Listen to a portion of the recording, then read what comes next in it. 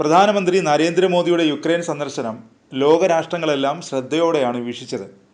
റഷ്യയുമായും യുക്രൈനുമായും അടുത്ത സൗഹൃദം പുലർത്തുന്ന രാജ്യമെന്ന നിലയിൽ ഇരു രാജ്യങ്ങളും തമ്മിലുള്ള സംഘർഷത്തിന് അറുതി വരുത്താൻ മോദിയുടെ സന്ദർശനത്തിന് കഴിയുമെന്ന പ്രത്യാശയിലായിരുന്നു ലോകം. വിഷയത്തിൽ ഇന്ത്യ ഇടപെടണമെന്ന് അമേരിക്ക പോലും ആവശ്യപ്പെട്ടിരുന്നു.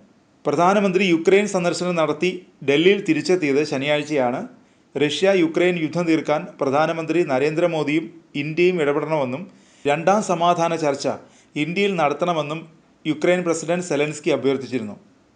യുദ്ധം അവസാനിപ്പിക്കാൻ ആവുന്നതെല്ലാം ചെയ്യുമെന്നും സമാധാന ചർച്ചയുടെ കാര്യം അറിയിക്കാമെന്നും ഉറപ്പ് നൽകിയാണ് മോദി ഇന്ത്യയിലേക്ക് മടങ്ങിയത്. മോദി ഇന്ത്യയിൽ മടങ്ങിയെത്തിയതിന് പിന്നാലെ ശുഭസൂചനയുള്ള വാർത്തകളാണ് പുറത്തു വരുന്നത്. സംഘർഷം തുടരുന്നതിനിടയിലും യുക്രൈനും റഷ്യയും തമ്മിൽ 230 തടവുകാരെ കൈമാറിയിരുന്നു. ഇരു രാജ്യങ്ങളും 115 തടവുകാരെ വീതമാണ് കൈമാറിയത്. ബന്ധുക്കളുടെ കൈമാറ്റത്തിനായി UAEയും ഇടപെടൽ നടത്തിയിരുന്നു. 2024 യുക്രൈനും റഷ്യയുമായി നടത്തിയ മധ്യസ്ഥ ചർച്ചയിലാണ് 230 പേരെ ജയിൽ മോചിതരാക്കിയത്.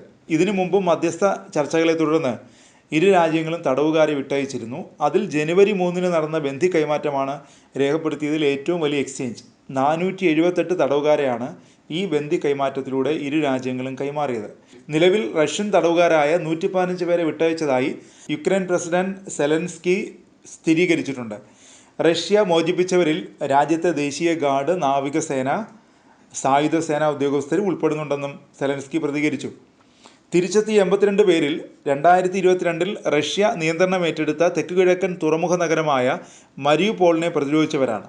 തടവിലാക്കപ്പെട്ട മുഴുവൻ പൗരന്മാരെയും തിരികെ കൊണ്ടുവരാനുള്ള ശ്രമങ്ങൾ തുടരുമെന്നും അദ്ദേഹം സമൂഹ മാധ്യമത്തിലൂടെ വ്യക്തമാക്കി.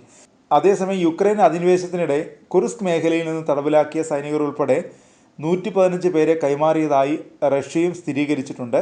മധ്യസ്ഥ ചർച്ചകളുടെ അടിസ്ഥാനത്തിൽ കൈമാറ്റം ചെയ്യപ്പെട്ട തടവുകാരുടെ എണ്ണം ഇപ്പോൾ 1788 വർദ്ധിച്ചിട്ടുണ്ട്.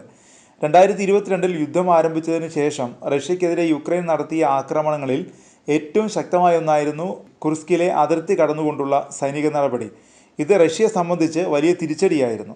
ഓഗസ്റ്റ് 6 യുക്രൈൻ ഇത്തരത്തിലൊരു നുഴഞ്ഞുകയറ്റം നടത്തിയത്. കുർസ്കിലെ നുഴഞ്ഞുകയറ്റത്തിന് ശേഷം നടക്കുന്ന ഏറ്റവും വലിയ ബന്ധു കൈമാറ്റമാണ് ഇപ്പോൾ നടന്നിരിക്കുന്നത്.